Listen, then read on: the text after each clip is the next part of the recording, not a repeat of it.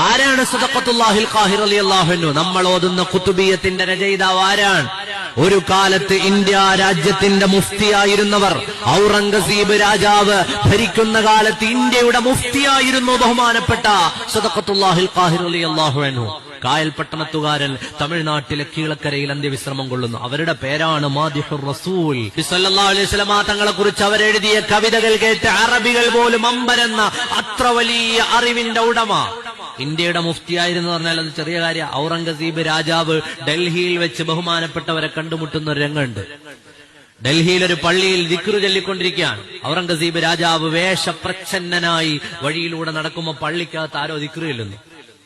അകത്ത് കയറിയപ്പോ ഒരാളിരുന്ന് ദിക്റ് ചൊല്ലുന്നു. സലാം പറഞ്ഞു. ഒന്നാമത് സലാം പറഞ്ഞു, സലാം അടക്കിയില്ല. രണ്ടാമത് സലാം പറഞ്ഞു, സലാം അടക്കിയില്ല.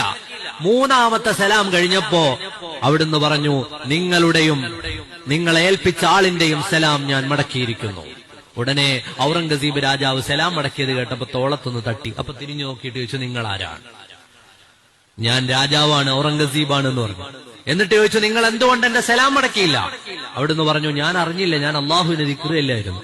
അപ്പൊ മൂന്നാമതോ, ഞാൻ ഒരാളല്ലേ ഉള്ളൂ, നിങ്ങളുടെയും നിങ്ങളെ സലാം കൊണ്ട് ഏൽപ്പിച്ച ആളിന്റെയും സലാം മടക്കി എന്ന് പറയാൻ നിങ്ങൾ മൂന്നാമത് എന്തുകൊണ്ടാണ് അങ്ങനെ പറഞ്ഞത്? അവിടുന്ന് പറഞ്ഞു, ഞാൻ ദിക്റ് ചൊല്ലി, ഞാൻ വേറൊന്നും കേട്ടില്ല, ഞാൻ അള്ളാഹുവിന് ഇങ്ങനെ ദിക്റ് ചൊല്ലിക്കൊണ്ടിരിക്കുമ്പോ എന്നോടൊരു മലക്ക് പറഞ്ഞു, നിങ്ങൾക്കൊരാൾ സലാം പറഞ്ഞിട്ടുണ്ടെന്ന്. ഞാൻ അപ്പോഴാണ് സലാം മടക്കിയത്. നിങ്ങളെയും നിങ്ങൾ കേൾപ്പിച്ച ആളിനും ഞാൻ സലാം മടക്കിയിരിക്കുന്നു.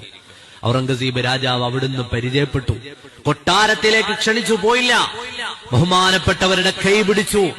വലിയ മഹാപാണ്ഡിത്യത്തിന്റെ ഉടമയായ സദഖത്തുല്ലാഹിൽ ഖാഹിർ റളിയല്ലാഹു അൻഹു, ഭാഷയിൽ അപാരമായ കഴിവുണ്ടായിരുന്നവർ. അവരുടെ മദ്ഹ് തന്നെ പറയാൻ ഒരുപാട് സമയം വേണം.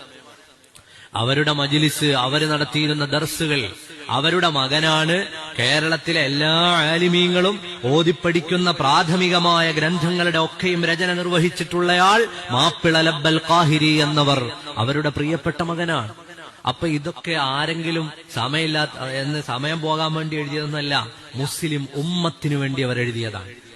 അവർക്ക് മുസ്ലിം ഉമ്മത്തിന് ഉപകാരപ്പെടണം, നാളെ പരലോകത്ത് കൂലി കിട്ടണം എന്ന് വിചാരിച്ച് എഴുതി വെച്ചതാണ് ഈ കുത്തുബിയത്തും ഈ റാത്തിബുകളും ഈ കാണുന്ന മദ്ഹുകളും മനാഖിബുകളുമെല്ലാം.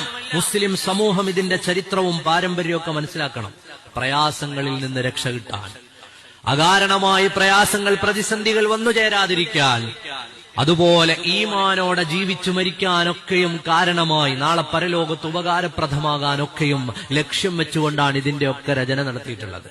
ഖുതുബിയത്തിന്റെ രചന, മുഹീദ്ദീൻ മാലയുടെ രചന, ഇത് നമ്മൾ മറന്നുപോരുത്. ബഹുമാനപ്പെട്ട സദഖത്തുല്ലാഹിൽ ഖാഹിർ റളിയല്ലാഹു അൻഹു ഇന്ത്യ രാജ്യം കണ്ട അതുല്യനായ